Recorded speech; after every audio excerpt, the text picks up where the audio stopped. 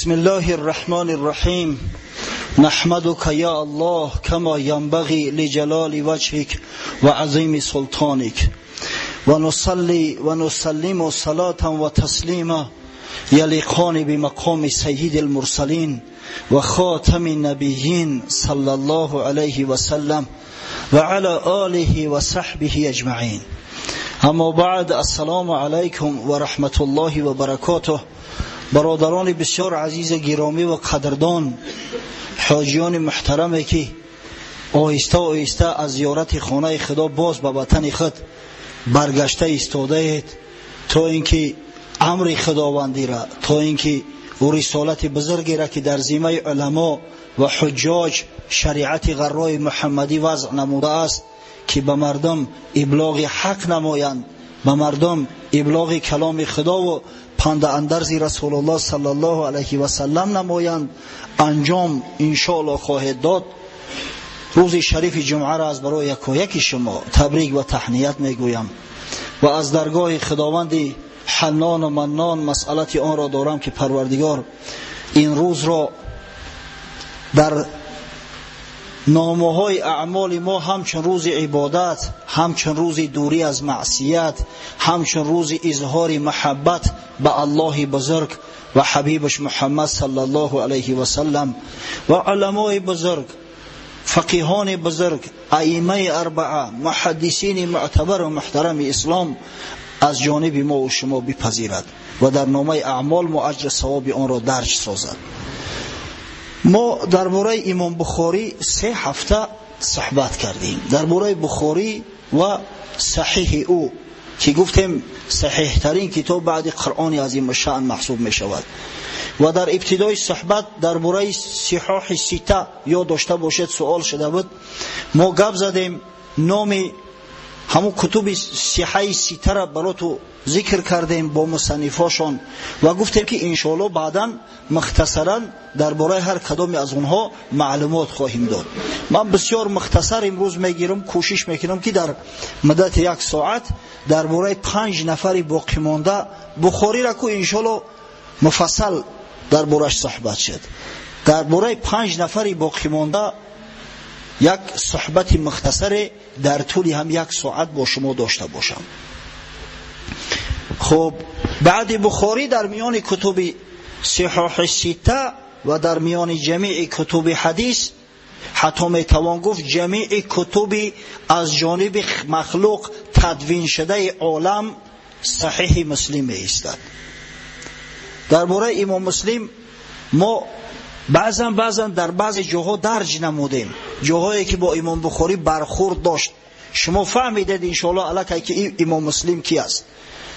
مسلم نامش است مسلم ابن حجاج نیسابوری یا نیشابوری، از شهر نیشاپور از خراسان است این شخص. مسلم ابن حجاج به قول صحیح، به قولی که حتی مورخا در آن اتفاق دارند، در سال وفات امام شافعی یعنی در سال 204 هجری در شهر نیشاپور به دنیا آمده است. ببینید از روی تولد امام مسلم نسبت بخاری تخمین 10 سال جوانتر است، 10 سال جوانتر است. از این خاطر است که گفتیم امام بخاری در صف قطار استادای امام مسلم حساب می‌خورد. مسلم معلومات ابتدایی را در شهر نیشابور گرفته است که این شهر با علما و با فاضلا و با عارفا و با ادیبای خودش مشهور عالم است. شهر نیشابور مرکز، یک زمان مرکز علم حدیث گشته بود. اسحاق ابن راهوی استاد بخاری، محمد ابن یحیی زحلی استاد بخاری و 10 و 100 نفر محدثای بزرگ در نیشاپور تولد شده بودند و در نیشاپور زندگی و عمل میکردند. حلقه های درسی به نهایت زیاد بود، تعلیم و تدریس درس به طوری باید شاید بود. از همین خاطر استادای ابتدایی امام مسلم همون کسایی است که بخاری از نزدش علم آموخته است، از جمله همون محمد ابن یحیی زحلی. امام مسلم از محمد ابن یحیی زحلی حدیث های زیادی را برداشته است. بعدم به خاطر تکمیل علم و دانش خویش به سفر برآمد. در مدت چندین سال در عراقین، یعنی در بصره و بغداد، در شام، مصر، حجاز، با شیخان حدیث، با بزرگانی که حدیث روایت میکنند همنشینی کرد، از اونها حدیث برداشت. و خود امام مسلم میگوید که من همین مسند صحیح خودم از میان 300,000 حدیث که جمع آوری کرده بودم اختصار کرده و جدا نموده نوشتم، تدوین کردم. صحیح امام مسلم دارای 7457 حدیث است. از بخاری گفتم 7563. همین چیزایی که من میارم، رقم هایی که میارم، این رقم های تحقیق شده اخیر است. برای ما بود و بعضی بود در شبهه نزنه که هر خیل سخنو میشنویم. رقم های تحقیق شده اخیره که کتاب ها موافق آن چاپ میشوند، هر یک حدیثی این بزرگوارا رقم گذاری میشود.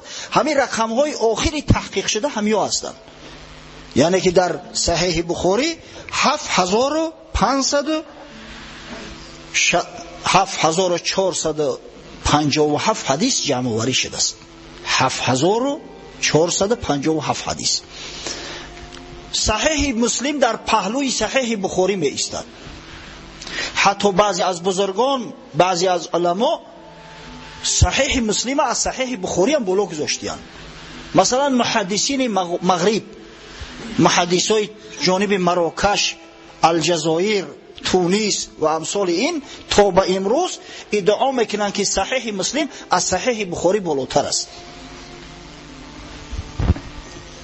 یک شخص بسیار بزرگ، پدرش از اولیاء الله هست، احمد ابن حمدون قصار، میگوید از ابوالعباس احمد ابن عقده سوال کردم که کی عالم تر است؟ گفتم بخاری و مسلم. گفت بخاری عالم بود، مسلم هم عالم بود. میگه گفتم یا شیخ فهمیدیم که هر دوشم عالم هستند، کدامش بالاتر از مرتبهش؟ باز میگه همین سخنه تکرار کرد که هر دی اینا عالم هستند. وقتی که بسیار مکررن سوالش کرده میگه که نزد تو کدامش مرتبهش بالاتر است؟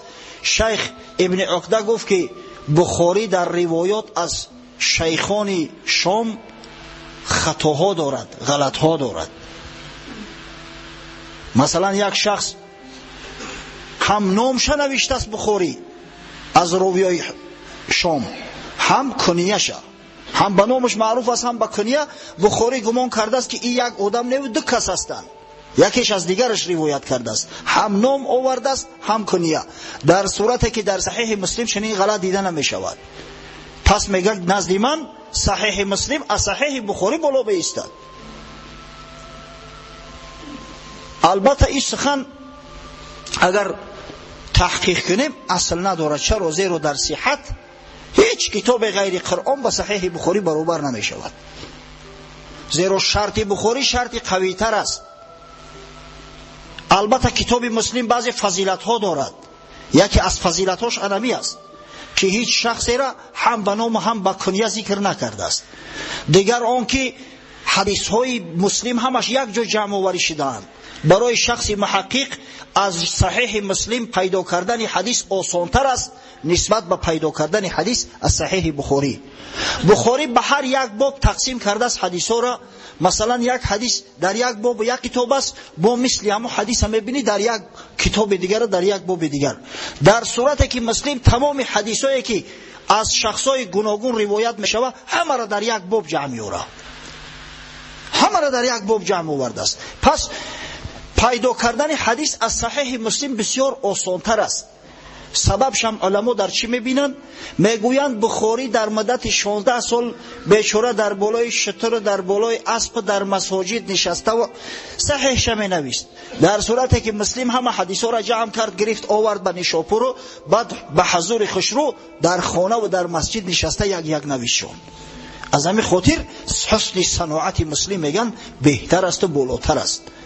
حتی یک نفر دیگر ادعا کرده است از همون شیخای نیشاپور، میگوید در بخاری احادیث معلقه زیادند. بله حدیث های معلقه بخاری که یک باره از پیغمبر یا از یگان صحابی بدون اسناد با ترک اسناد روایت میکند زیادند. زیاده از 10,000 حدیث معلقه بخاری دارد، در صورتی که در امام مسلم مقدار همینو به نهایت اندک است، بسیار کم است. دیگر اینکه شیخ ابو علی نیسابوری است، ابو علی حسین ابن علی نیسابوری، یکی از علما از حفاظ است. دیگر اینکه میگوید در بخاری حدیث های غریب زیادند. حدیث غریب حدیثی را میگویند که در یکی از طبقه های راویان یک راوی فقط روایت کرده باشد. همین حدیث غریب است. مثلا از یک صحابی روایت کردند، یا که شاید در دوره صحابی یک نفر نبودند، اما از یک چند صحابی یک نفر تابعی روایت کرده است. همین را حدیث غریب میگن. در صورتی که ادعا کرده است که در مسلم گویا که حدیث های غریب نیست، در صورتی که خطا میکنه، واقعا خطا میکنه. حدیث های غریب در مسلم هم زیاد هستند. اما انما الاعمال بالنیات این حدیث غریب است، خواه بخاری روایت کرده باشد خواه مسلم، زیرا هر دم و تمام کسایی که روایت کردن همه فقط از عمر ابن خطاب رضی الله عنه روایت کردند، از یک صحابی. یا حدیث معروفی را که یک چند جمعه پیشتر من به سمع شما میرساندم، یادتون باشه حدیث آمدن حضرت جبرئیل علیه السلام نزد رسول الله صلی الله علیه و سلم. اما حدیث غریب است، او روایت مسلم است، فقط از حضرت عمر روایت شده است، پس غریب مطلق است. وقتی که یک صحابی روایت میکنه حدیث، او حدیث عادی نه، حدیث نسبی نه، غریب نسبی نمیشود، غریب مطلق میشود.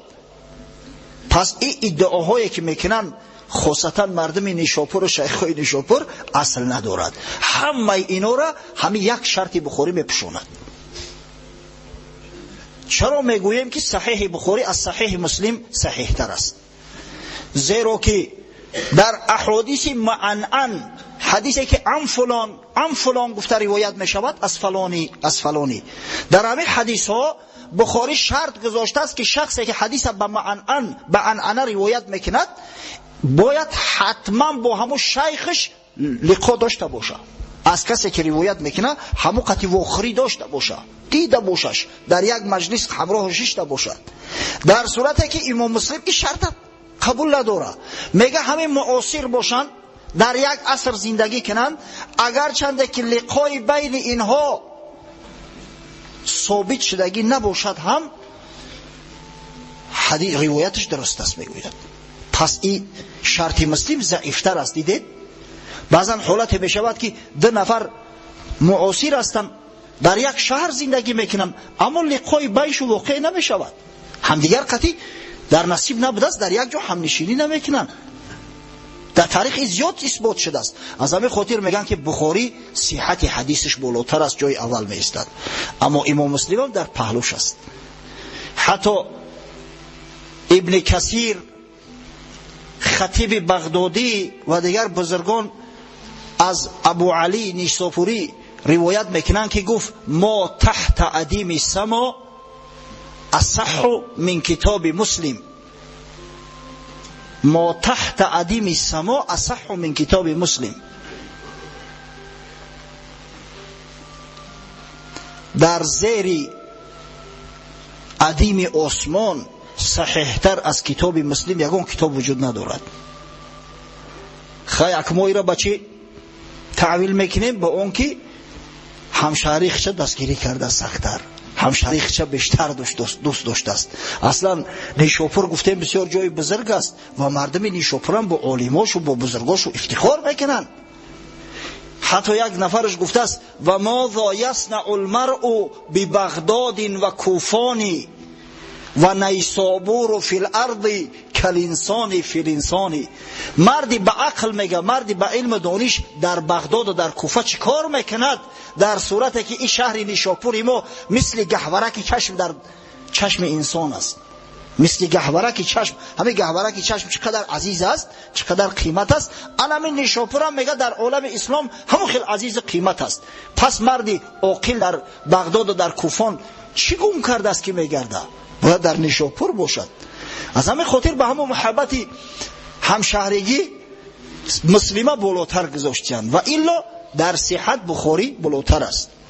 شاه ولی الله دهلوی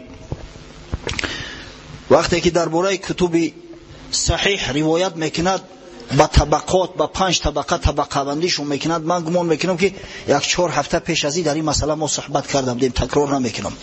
و در اونجا یک نظم را آورده است بسیار عالی از یک محدث: تنازع القوم فی البخاری و مسلم لدی، یعنی ای زین یقدم، فقلت لقد فاق البخاری فی صحه کما فاق فی حسن صناعت مسلم. شیخ میگه که در نزد من مردم نزاع کردند، بحثشون شد در موضوع بخاری و مسلم که کدامش بالاتر است، کدامش مرتبهش بلندتر است، آیا بخاری دست بالا است یا مسلم؟ میگه در جواب گفتم که در مسئله صحت حدیث بخاری فوق است، بالا است، اما در مسئله حسن صناعت حدیث مسلم بالاتر است، سلک مسلم زیباتر است. گپ همی است، یعنی که هر دی کتاب ها بزرگترین کتاب های حدیث حساب میخورند و صحیح ترین کتاب ها بعد قرآن عظیم الشان هستند. اکنون مرتبه امام مسلم برای ما و شما روشن شد. ببینید مسلم که خود اهل علم بود، انما یعرف ذا الفضل من الناس ذووه، شخصای صاحب فضل از میان مردم فقط هم سنگهاشون میشناسند، کسایی که با اونا برابر هستند. با وجود این بزرگی، با وجود این عزت، مسلم در وقت زنده بودنش معروف و مشهور بود. ابو حاتم رازی و ابو زرعه رازی که 2 نفر از بزرگترین اصحاب جرح و تعدیل حدیث هستند، میگویند که در عصر خود از مسلم بزرگتر محدث نگذشته است در صحت حدیث. یعنی در عصر، در زمان خودش کسای زیاده بودن که مسلم بر بخاری حتی مقدم میدانستند. اما شما بزرگی این مرد ببینه که گفت یا ابو عبدالله وقتی که با بخاری مراجعت کرد، یا ابو عبدالله دعنی ان اقبل رجلک، ای ابو عبدالله گفت اجازت بده بگذار مرا که پاهات بوسه کنم. خودش اینقدر مرتبه و منزله داره، در پیش مردم نمیگه ای او بخوریش که اوخی چی گپ نیست، مثل که امروز در میان ما مروج است. نه، میگه بگذار من پایت را بوسه کنم. ای استاد استادان، ای سید محدثان، ای طبیب حدیث در علتش. این قول امام مسلم است. تو همین درجه جوان مرد بود، مقیر بود، اقرار میکرد، بزرگا را میشناخت. وقتی که امام بخاری در نیشاپور به همون امتحان ها گرفتار شد، شیخ محمد ابن یحیی زحلی چنان که ذکر کردیم فتنه را بر ضد بخاری ایجاد کرد. اول شخصی که از امام بخاری پشتیبانی کرده است مسلم است، سخت پشتیبانی میکرد. حتی بعد خارج شدن بخاری از شهر نیشاپور، بار هنگام درسی حلقه درسی محمد ابن یحیی زحلی، محمد ابن یحیی زحلی گمان کرد که اکنون غالب شدم، به غلبه رسیدم. متاسفانه بعضی مردم کم نظر هستند، به خاطر یک وظیفه و منصب یا دور ساختن یک حریف خود خیال میکنن به مراد و مقصد رسیدیم، در صورتی که بالای نام خودش محمد ابن یحیی زحلی یک خط سیاه کشید، خش داغدار کرده است. گفت هر کسی که همو قول بخاری را قبول دارد، معتقد است مثل بخاری که لفظ انسان به قرآن مخلوق است، مجلس ما را ترک کند. امام مسلم از جا خیست، از مسجد خارج شد، آمد به خانه‌اش. حدیث زیاده گفتیم از زحلی جمع کرده بود. تمام احادیثی که از زحلی جمع آورده بود همش گرفت، در یک جزودان انداخت، به خانه زحلی را فرستاد. مسلم یگان حدیث از زحلی روایت نکرده است، نه در صحیح خود و نه در یگان کتاب دیگرش. ببینه بخاری 34 حدیث از زحلی داره، همه حدیثایی را که از زحلی در صحیحش آورده بود دیگر خارج نکرده است. اما مسلم که هنوز همه را جمع آوری نکرده بود، حدیثای زحلی را یک سگذاشت دیگه قبول نکرد. مادام که زحلی به یک تکبر گفت که کسی عقیدش مثل عقیده بخاری است، پس حدیث من بر وی حرام، مسلم نگاه کنه جوان مرد حدیثش روایت نکرد تا آخر بین زحلی و بین مسلم یگان رابطه دیگه برقرار نبود به عیب زحلی. اما مسلم الحمدلله و المنه نام خودش در تاریخ گذاشت با خطهای زرین. هر جا که بخاری میگویند در پهلوش مسلم هم میشنویم، هر جا صحیح بخاری میگن در پهلوش صحیح مسلم هم هست. از این بالاتر صحیح ترین حدیثایی است که متفق علیه هستند، یعنی بخاری و مسلم از یک کس روایتش کردند. امام مسلم در شهر نیشاپور با عزت اکرام زندگی میکرد، احترام زیادی داشت، حلقه درسی داشت. باری از یک حدیث سوالش کردند در ماه رجب، 24 ماه رجب، یک 5 روز دیگر مونده بود است به اتمام ماه رجب. سوالش کردن، حدیث به یادش نآمد. آمد بعد نماز خفتن به خانه، به اهل بیتش گفت که مرا خلل نرسونه در حجرم. گفتند یا شیخ یک محب در یک سبد برات خرما آورده است، هدیه، خرما هدیه آورده. گفت سبد بدروره، سبد آورد در نزدش مانده، گفت در پوشه خللم نرسونه. تا صبح هر یک حدیثی را که مکاشفه میکرد مینه سر خود امتحان میکنم ببینید. هر یک حدیثی را که مکاشفه میکرد به اسنادش یک خرما را در دهنش میپرتافت. صبح شد اما حدیث یافت با مکاشفه، سبد خرما را هم تمام شده است. یک سبد خرما را پاکیزه خورده است. این مردای خدا دوستای خدا کم خوراک بودن، دویم روزه میگرفتن. یک روز در میان مسلم، نسائی و امثال اینو روزدار بودن و روزه میگرفتن. برای همین شکم اینو امکان طعام زیاد جو کردن نداشت، قبضش گرفت. بسیاری ها میگن که به همین قبض شکم از دنیا گذشت. این به تاریخ بسیار پرشرف امام مسلم. خوب وقت متنگ است، گپ بسیار است، راستی بسیار شخصای بزرگان. این شخصایی است که نه فقط عالم اسلام بلکه جهانیان با اینا افتخار میکنند. خوب میگذاریم با کتاب سیم که در صحت در موضع سیم گذاشته شده است. کتاب سنن امام نسائی، احمد ابن شعیب نسائی، جای تولدش شهر نیساست. این شهر نیسا الحال خراب شده است. خرابهاش در نزد شهر اشقاباد تا حال موجودند. یک چند کیلومتر از اشقاباد شرقتر باشد همونجا خرابه‌های شهر نیسا موجود هستند. شهر نیسا یک مرکز بسیار قدیمه است. حتی یک زمان دولت پورت ها بود، دولت پرفیا، همین نیسا پایتخت اونا بود. نسائی در همین شهر نیسا تولد شد. بعداً به خاطر طلب حدیث خارج شد. ممالک زیادی را به سیر سفر گشت، احادیث زیاد جمع آورد. عاقبت الامر در شهر مصر مسکن گزید، به تدریس و به تعلیم حدیث مشغول گشت. امام نسائی سال تولدش 215 است. از میان محدثا، همین محدثای صحاح سیته، جوانترینشون امام نسائی است. سال 215 هجری تولد شده است. امام نسائی یک مردی بینهایت زیبا بوده است، بسیار به حسن جمال، ثروت زیاد خدای تعالی براش عطا کرده بود، محبوب بود. به هر کجا که میرفت حتی شاهها و حاکما قبولش میکردن. حتی در یک روایت اومده است که چند مدت حاکم بود در شهر حمص، در شهر حمص فلسطین چندین مدت حاکمی هم کرده است، حاکمیت هم کرده است. یک کتاب جمع آوری کرد با نام سنن الکبری، احادیث به نهایت زیاده در بر بگرفت. بسیار کتاب بزرگ است، زیاده از 20,000 حدیث داشت. همون را آورد با حاکم رمله هدیه کرد. حاکم پرسیدش که همه حدیث هایی که در همینجا آمدند آیا صحیح هستند؟ گفت نه. ما گفت عجب، با ابواب فقهی که روایت کردیم حدیث هایی که در بعضی مذهب‌ها آمده است ضعیف هم که باشد روایتش آوردیم. حاکم گفت که یک غیرت دیگر کن، از میان شما حدیث های صحیحش انتخاب کن، جداگانه مختصر کن. و از کتاب سنن الکبری امام نسائی یک کتاب تدوین نمود با نام المجتبی یا المجتنا هر دو نامش اومده است. المجتباش معروفتر است که همین کتابی که میگم در از روی صحت در جای سوم استاد بعد صحیح بخاری و صحیح مسلم، آن همین المجتبی است یا سنن نسائی گفته می شود. از سنن الکبرى فرق میکند.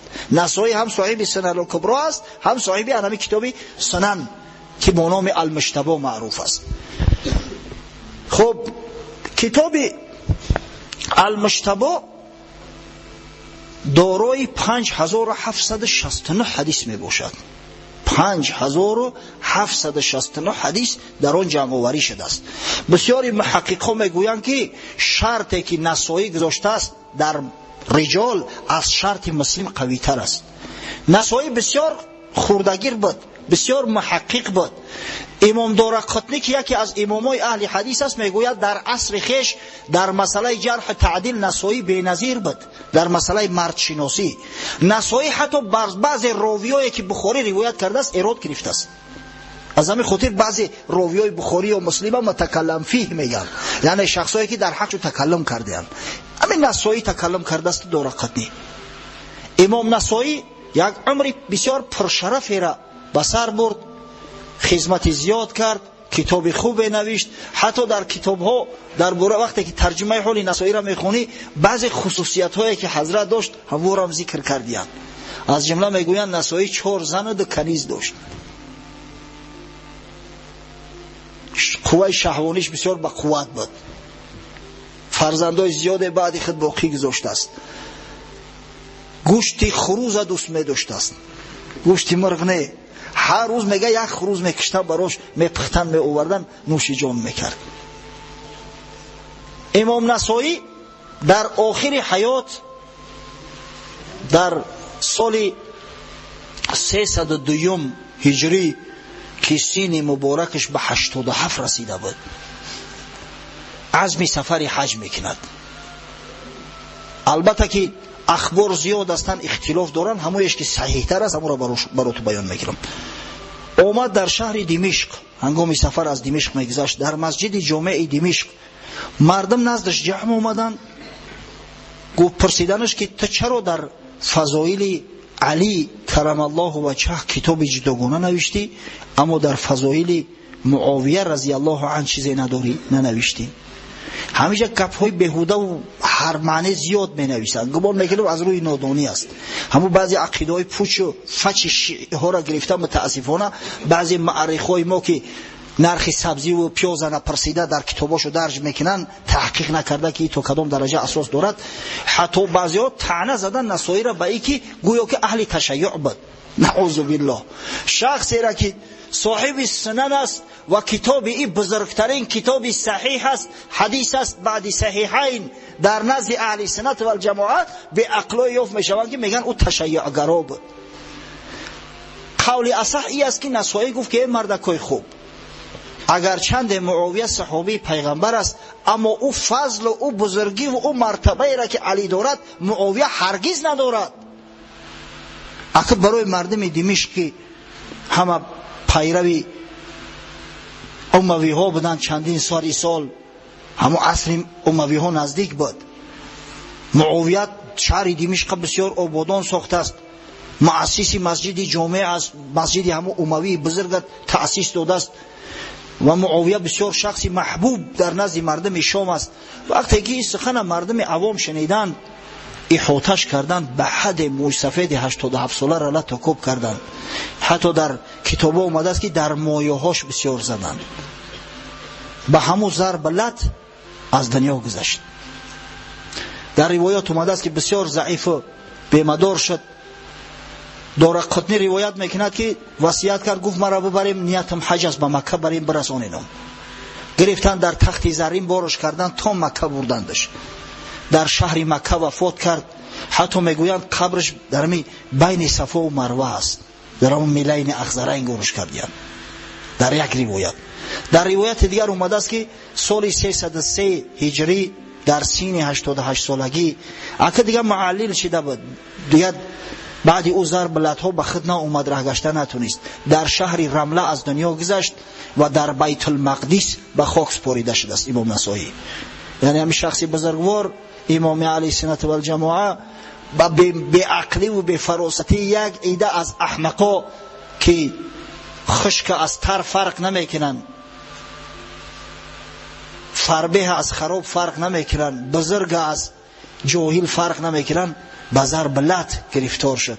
ببینه این امتحان پروردگار است. دارقطنی میگوید در تاریخ ابن کثیر البدایه و نهایه هم ذکر شده است که خدای تعالی خواست که امام نسائی شهید از دنیا بروه با شهادت بعد این قدر خدماتی که در اسلام کرده است. از همین خاطر به ضرب لط از دنیا رفت، اما شهید از دنیا گذشت. مرتبه و منزلت شهادت دریافت است این شخصی بزرگ. خب این بود تاریخی امام احمد ابن شعیب نسائی که بزرگا خاصتا محدثای احناف حنفی مذهب صحیح سنن امام نسائی را در جای سوم میگذارند، بعد صحیحین قرار دارد. خب شخص چهارم در میان اصحاب صحاح سیته امام ابو داود است. نامش سلیمان ابن اشعث سیجستانی، اصلش از سیستان است. این سیستان یک ولایت است بسیار ولایت بزرگ، نیمروز، سیستان. ولی یک قسمش در ایران است، یک قسمش در افغانستان است و فکرم یک قسم دیگرش در پاکستان است. بین سه دولت تقسیم شده است. همین قدر یک مملکتی بزرگ است. زمین نوکارمش بیشتر از بیابان است. بادی افغانیت میگفتن، شنیده یا؟ همون تون بادی گرد بادی که میشه همون افغانیت میگن، بادی افغانی.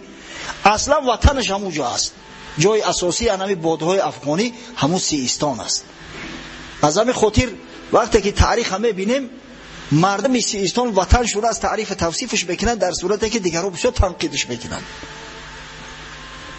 یک شاعر بسیار قوی در هرات زندگی میکرد در عصر جامی و نوایی.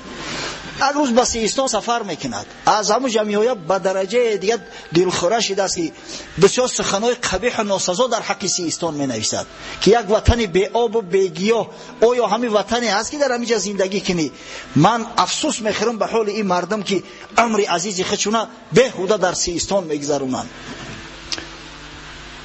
قاضی سیستان یک پسر داشته است، او را هم شاعر بوده است، او را سختش میرسه، وطن تا تنقید کنن سخت نمیرسه.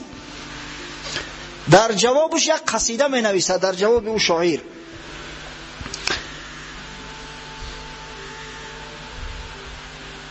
قصیده بسیار دراز است. از جمله تاکید کرده است که گر عیب خاک پاک سیستان کند کسی، دریا پلید می نشود از دهان صد. اگر کسی عیبی همین خاک پاک سیستان ما را عیب بگیره، حکم او حکم سگ است. همین سگ وقتی که در دریا رفت دهن زد، دریا که آب روان است، به دهن زدن سگ حرام نمیشود که همین ملک ما هم داغدار نمیشود. در ضمن قصیده از جمله همین ابو داود مخصوص ذکر کرده است. ابو داود افتخار مردم سیستان است، امامی که از روی مرتبه و منزلت در جای سوم ایستاد، حتی بعضی محقق در جای چهارم، حتی بعضی محققا در جای سوم بعد بخاری و مسلم گذاشتیانش. پس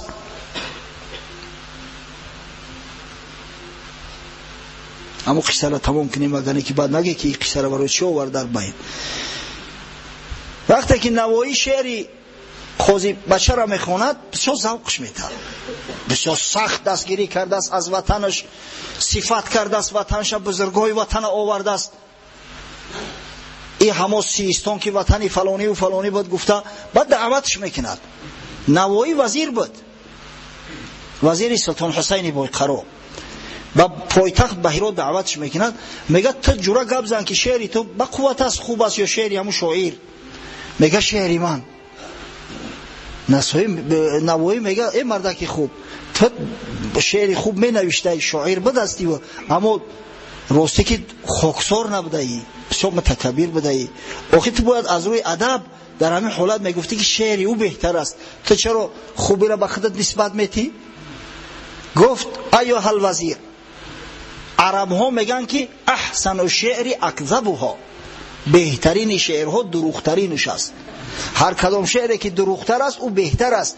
آخه او مردک راست گفته است. حقیقتا وطنی ما آب ندارد، گیاه ندارد، خاک ندارد، زندگی مشکل است در اونجا، یا زندگی بدوی و بادیوی است. اما شعر من دروغ است. مادام که شعر من دروغ است، موافق همو قاعده شعر من از شعر او بهتر است. پس امام ابو داود در همین خیلی یک سرزمین زندگی کرد، بعداً به خاطر طلب علم خارج شد. هر بزرگی را میبینی برای اون که صاحب علم صاحب معرفت شود از وطن خارج میشود. تا دنیا دیده نشوی صاحب علم نمیشوی. در شهرهای زیاد گشت، حدیث زیاد جمع آوری کرد. عاقبت الامر ساکن بصره شد، در بصره اقامت گزید. امام ابو داود از محدثین بینهایت بزرگ و معتبر است، بسیار شخصیتی بزرگ است. امام احمد حنبل حتی ابو داود وصف کرده است. در کتب تاریخ آمده است که میگویند امام ابو داود از روی نشست و برخاست، معامله با دیگران، خاموش ایستادن، حدیث کردن به امام احمد حنبل بسیار شباهت داشت. امام احمد حنبل با وکیع ابن جراح شباهت داشت. وکیع ابن جراح با سفیان ثوری شباهت داشت. سفیان ثوری با منصور شباهت داشت. منصور با ابراهیم نخعی شباهت داشت. ابراهیم نخعی با امام علقمه شباهت داشت. امام علقمه با عبدالله ابن مسعود رضی الله عنه شباهت داشت. عبدالله ابن مسعود در طریق حدیث گفتن و خاموش نشستن و مردم دلالت کردن به محمد صلی الله علیه و سلم شباهت داشت. برای وصف امام ابو داود من گمان میکنم همین مقدار کافی است. امام ابو داود یک کتاب سنن نوشته است، عبارت از 4274 حدیث. هر حدیثی را که خاموش می ایستد علما میگویند که او حدیثی صحیح است. مثل ترمذی نگفته است که ایش حدیث صحیح است، اینش حسن است، اینش ضعیف است، نگفته است. فقط حدیثایی که به نهایت ضعفش زیاد است همون را ذکر میکنه. مرسل خفی است یا حدیثی واه است، دیگر ذکر نکرده است. اما در سنن ابو داود یک قاعده عجیب است که در یگان کتاب ها نیست. در ابتدا ابو داود همه حدیثایی را که در نزدش به شرط او از همه صحیح تر هستند او را میاره، بعد آیسته آیسته بعد او حدیثای ضعیفتر آوردن میگیره به همین ترتیب. امام ابو داود یک امر بسیار پربرکتی را دید. میگوید من احادیث خدمه ببخشید 4000 گفتم، 5274. لفظ 4000 از او خاطر در زبانم آمد که خود ابو داود میگوید که من همه سنن ما از میان 500,000 حدیث اختیار کردم، 4800 حدیث نوشتم. خود ابو داود 4800ش گفته است. اما بعدتر شاید حدیث‌های دیگر هم جمع آوری شده است، به همون از ابو داود ذکر شده است. طبق تحقیقات امروزه سنن ابو داود که بسیار معروف و مشهور است، در تمام اطراف و اکناف عالم اسلام پهن می شود و چاپ می گردد، صاحب 5274 حدیث می باشد. ابو داود در شهر بصره از دنیا گذشت. یک امر بسیار با برکت دید، در پهلوی سفیان ثوری گرانده شده است. قبرش تا حالی معروف و مشهور است و مردم به زیارتش می روند. شخصیت پنجم در میان اصحاب سنن اربعه امام ترمذی است. امام ترمذی معروف و مشهور. امام ترمذی را اکثر ما و شما میدونیم، زیرا مدرسه قبل از او که استاتوس مکتب عالی قبول کند و دانشکده اسلامی گردد، نامش مدرسه به نام امام ترمذی بود. از این خاطر هممون میدونیم و ترمذی هم در پهلو ما هست، نزدیک است و با امام ترمذی مردم ما افتخار میکنن که امام ترمذی همشهری ما است. بله، امام ترمذی نامش محمد است، محمد ابن عیسی ابن سوره. جای تولدش به قول اصح یک قشلاقی هست در نزدیکی ترمذ که با نام یوغاباد یا یوغاباد در تاریخ اومده است. از همین خاطر ترمذی را بعضا یوغی هم میگن. اما از بس که ترمیز شهری بزرگ کلان است، ترمیزی به همین لقب مفتخر شده، با نام الترمیزی معروف و مشهور عالم گشته است. امام ترمیزی در سال 1209 پا به عرصه هستی گذاشته است. معلومات ابتدایی را در خراسان گرفت، در ترمیز، بعداً در نیشاپور بود، در تمام شهرهایی که هنگام ذکر مناقب امام بخاری ما برات بیان کردیم، ترمیزی در همه همون شهرها بود. از بزرگان حدیث آموخته است. امام ترمیزی یکی از شاگردهای خاصه امام بخاری است. وقتی که جامع السنن ترمیزی را میبینیم، در بسیار جاها میگه که من همین حدیث با محمد ذکر کردم یا در نزدش تلاوت کردم یا قرائت کردم. محمد همون امام محمد ابن اسماعیل بخاری است. هر جا که نام محمد میاره، ترمیزی نام خودش محمد است، اما خودش با کنیه ابو عیسی میشناسن، ابو عیسی میگویند. هر کجا نام محمد آورده است، غرضش بخاری است. امام بخاری در صحیح معروف خودش از ترمیزی 2 حدیث روایت کرده است. طرفه شاگردی که در حیرت کرد استاد را. این بزرگی مردکو را ببینه، بخاری نگفت که این شاگرد ما هیچ خیلی من حدیث از شاگرد خودم حدیث روایت میکنم. 2 حدیث از ترمیزی آورده است، در صحیح بخاری اومده است. یکی در کتاب تفسیر و یک حدیث دیگه در فضیلت امیرالمؤمنین علی رضی الله عنه از امام ترمیزی روایت های همین را آورده است. حتی بخاری بعضا با ترمیزی میگفته است که در همین ملاقات در یک جا نشستن‌های بین ما و تو، همچنان که تو از من منفعت میگیری، من هم همون مقدار یا حتی بیشتر از تو فایده میگیرم. با این معنا نه که من از تو حدیث می آموزم، نه. شیخ رشید احمد گنگوهی میگه غرض این است که بخاری میگه که تو یک شاگردی با لیاقت هستی، ذکی و زیرک هستی. اگر شاگرد ذکی و زیرک باشد، استاد خود بعد سوال کردن میگیره. بیچاره استاد بعد مجبور میشه وقت شب خواب را میکنه و کتاب میکوبه. اما اگر شاگرد که با ذکاوت نباشه، همین خطا که درسش میتی که ای بس میگه ای حد گذشت، خودش تنبل استاد همون استادش هم تنبل میکنه، سختی خودش میکنه. از همین خاطر غرض بخاری است که تو از بس که شاگرد ذکی هستی، من از تو منفعت زیاد میبرم، زیرا سوال زیاد میکنی. امام ترمیزی یک کتاب نوشت با نام سنن یا جامع السنن. در میان سنن 4 کتاب جامع فقط کتاب ترمیزی است. چرا جامع میگویند؟ کم کم درس هم بگذاریم. جامع در میان کتاب احادیث کتاب‌های را میگن که 8 حکم یا 8 کتاب در خود فرا گرفته باشند. سیر، آداب، تفسیر، خب مناقب، فتن، احکام، اشراط، عقاید. 8. هر کتابی که انمی 8 جزو در خود میگیرد، او را با نام جامع ذکر میکنن. ما کتاب بخاری را گفتیم جامع الصحیح، المستند، المختصر. بله، جامع الصحیح. برای آنکه کتاب امام بخاری جامع انمی 8 جزو هست. کتاب ترمیزی را میگیم جامع السنن. چرا؟ زیرا انمی 8 جزو در بر میگیرد.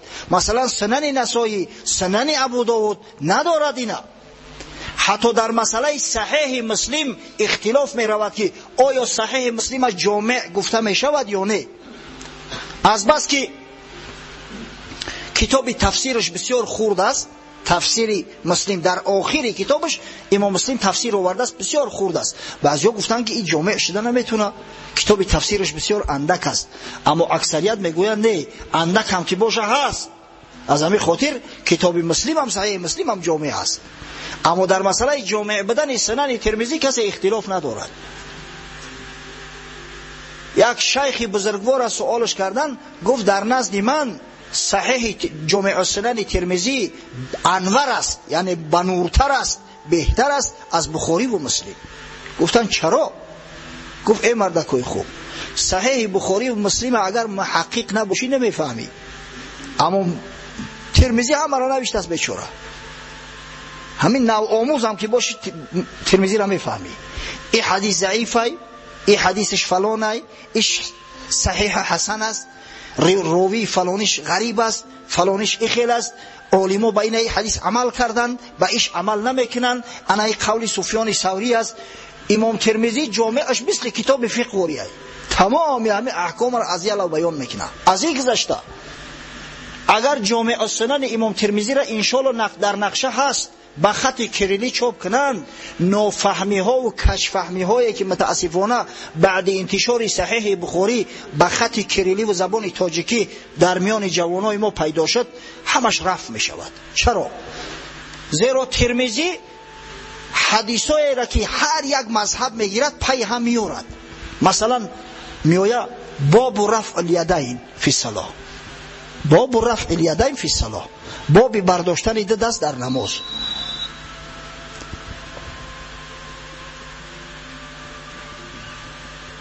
باب رفع الیدین فی الصلاه. از پشت او میویا باب ترک رفع الیدین فی الصلاه، بابی ترک کردن رفع الیدین در نماز. حدیثایی را که مثلا با مذهب ما عمل میکنن او را آورده است. بابی جهر آمین، در پهلوش میآید بابی تخفیض آمین، پس گفتن آمین، یعنی بسیار سبو کرده است. از این خاطر سنن امام ترمذی بسیار معروف و بسیار مشهور است. و امام ترمذی بسیار یک شخصیت بزرگی بود. انا خیلی که درباره قوه حافظه امام بخاری روایت کردیم، امام ترمذی را هم خیلی یک قوه حافظه خدا براش داده بود که بسیار بسیار عجیب است. حتی وقتی میخونیم قصه ها را در تعجب میمونی. از جمله شیخ الحدیث عبدالعزیز شاه عبدالعزیز دهلوی روایت میکند در بستان المحدثین خود که یک شیخ برای امام ترمذی در دو صحیفه حدیث میفرستد، در دو صحیفه حدیثی نوشته. بار هنگام سفر حج امام ترمذی همون شیخ همون میخرد. اکد نوشته دیگه هست و از زبان شنیدن دیگر، یعنی که کتابتا گرفتش اما قرائتا نشنیده است. از همین خاطر التماس کرد از شیخ، گفت همون حدیثا را برای من بیان کن. شیخ گفت بسیار خوب، اما ورقایی که نوشتم اون را در دستت بگی، من از یک لب حدیثا را خوندن میگیرم تو مقایسه کن. ترمذی اومد بار خلطش کف که فراموش کرده است، ورقا را خطیش نآورده است. اگر نزد شیخ بیا بگه که ورقات در خانه ماندم، میگه خانه در بلندی اوخی ورقه که در خانه میمونی چی لازم است نباشه نوشتن، شاید غضبش کنه دیگه قرائتا هم حدیثا رو بروش بیان نکنند. از همین خاطر یک حیله کرد، حیله شرعی. یک چند ورقی سب سفیدی توزه را در دستش گرفت، اندک دورتر شش گویا که هم حدیثا نوشتگیان. بعد گفت حضرت اینا نگه دارون. بعد حضرت یک حدیثا را قرائتا در نزدش گذراند و این همین بله میگه بر قلمش در دستش گویا که همون را قلم خطی گذرانده است. ناخواست چشم شیخ با ورقا غلطی دید، ورقی سب سفید، گفت کو اینجا بیار. وقتی از دستش گرفت حالا دید غضبش کرد، گفت اما تستحی منی، آیا از من شرم نمیداری؟ شرمنده ای چی کار است میکنی؟ گفت یا شیخ قصه کوتاه این همی خیلی کار شده است، اما ما همون حدیثایی را که الحال قرائتا برام بیان کردی همش در ذهنم گرفتم. گفت کو گپ زن، یک با برای شیخ همش گذرون. شیخ گفت ایو را پیشکی از یاد کرده خطا در پیش من نشان میتی. گفت یا شیخ یگون چیز دیگر روایت کن. 40 حدیث با اسناد در یک نشستن شیخ برای ترمذی گفته است. ترمذی 40 حدیث به همون ترتیبی که شیخ گفته بود و بروش بیان کرد از حفظ. گفت سبحان الله، مثل تو با این قوه حافظه در عالم آدم کم است. محمد تقی عثمانی روایت میکند، میگه از استادای خود شنیدم بار ترمذی هنگام سفر حج چشماش کور شده بود.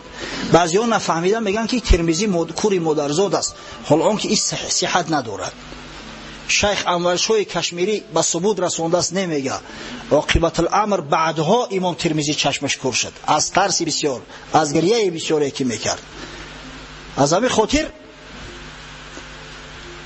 امام ترمذی در آخرهای حیات طبق اخبار نابینا شده بود است.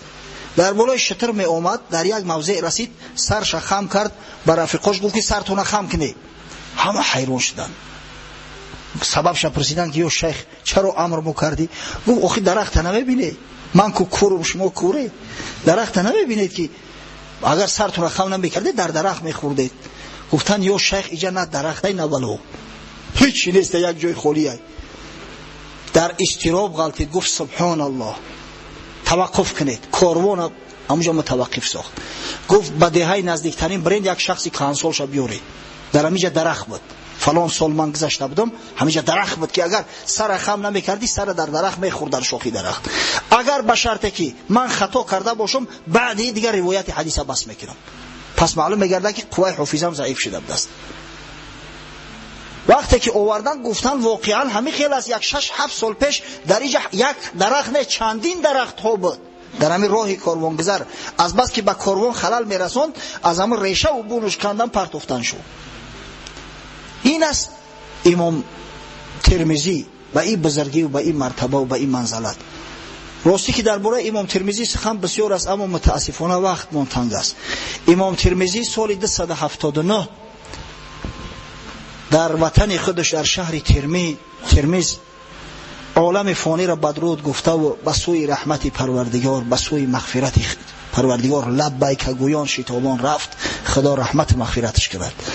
و نهایت شیخ ششم اهل سنت و الجماعه کتاب سنن او در میان صحاح سته وارد است، شیخ ابن ماجه قزوینی است. نامش محمد ابن یزید قزوینی، نام ای هم محمد است، محمد ابن یزید قزوینی. با قول اصح سال تولدش سال 209 است، یعنی که 50 سال امام ترمذی است.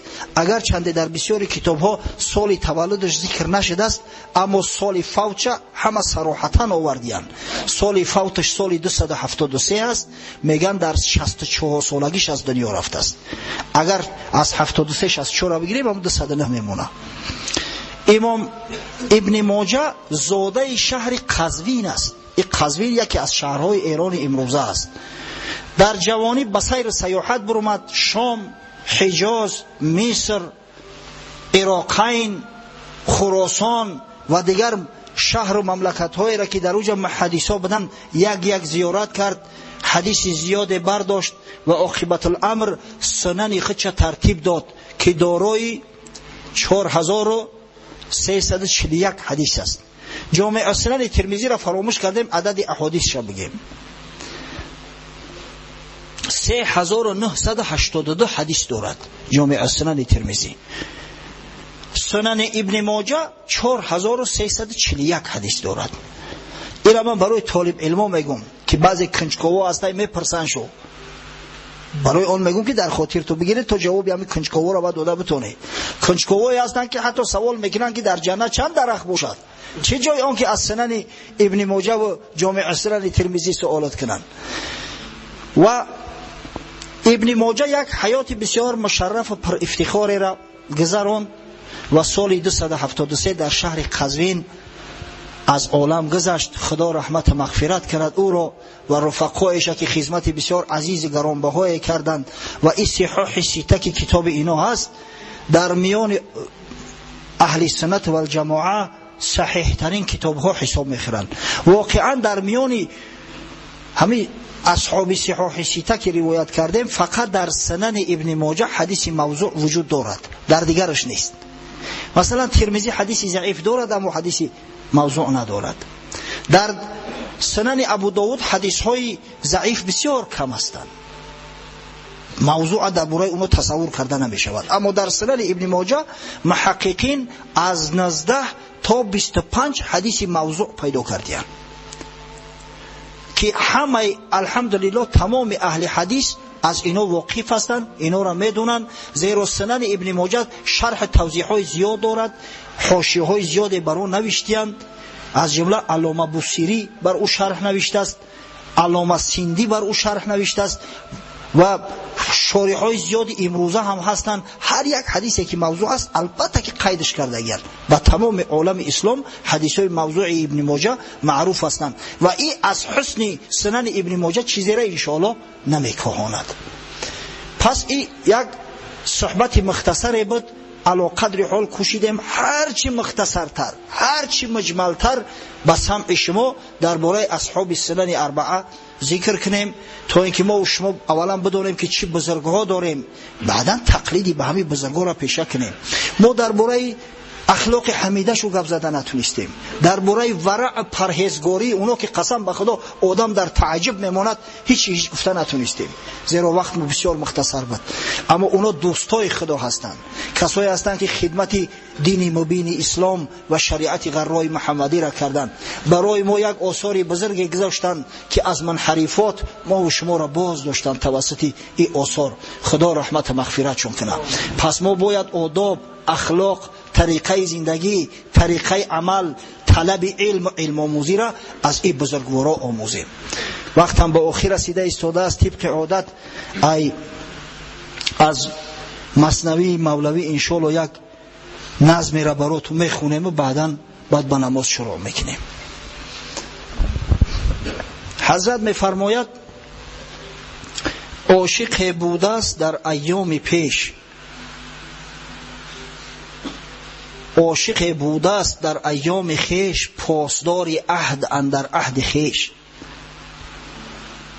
گفت روز یار او کیم شب بیا، که بپختم از پی تو لوبیا.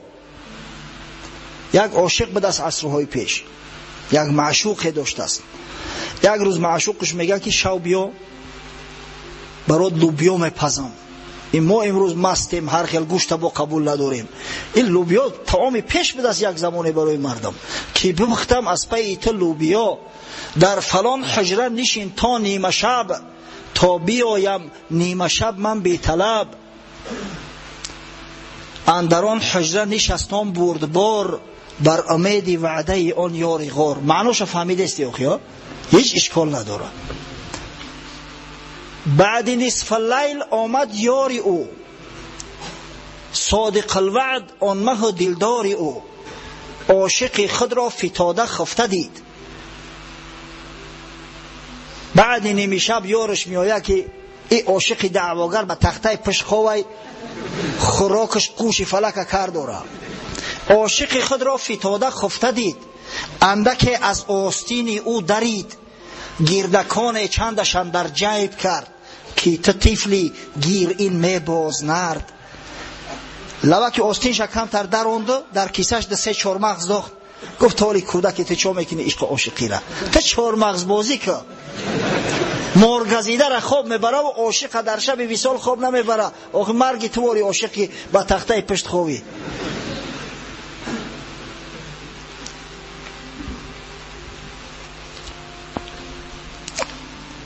چون صبح عاشق از خواب برجهید، آستین و گردکانها را بدید. گفت شاهی ما هم از صدق و وفاست، آنچه از ما میرسد آن هم زی ماست. سحر خیز 4 مغزکا را دید، لوی آستین شدید. گفت شاهی ما هم از صدق و وفاست. هر چیزی که وعده میته این یاری ما به وعدش استوار است. خدای تعالی هیچ وقت خلاف وعده نمیکنه. آن چی بر ما میرسد آن هم زیماست. هر بلایی که بسر میاد از دست خودمونای، از روی تنبلی خودمونای، از روی بی‌فراستی ما است. بعد حضرت نصیحت مو میکنه.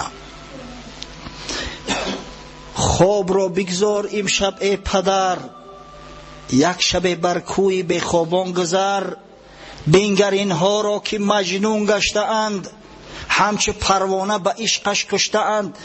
آخی همون خواب ای سرت مانه که یک شب از بری خواب بگذر، تا یک بکوی به خوابا بگذر، تا یک تاریخ ورق گردان که بزرگایی را که خدمت کردیم ببین که چی بیدار خوابی ها میکردند.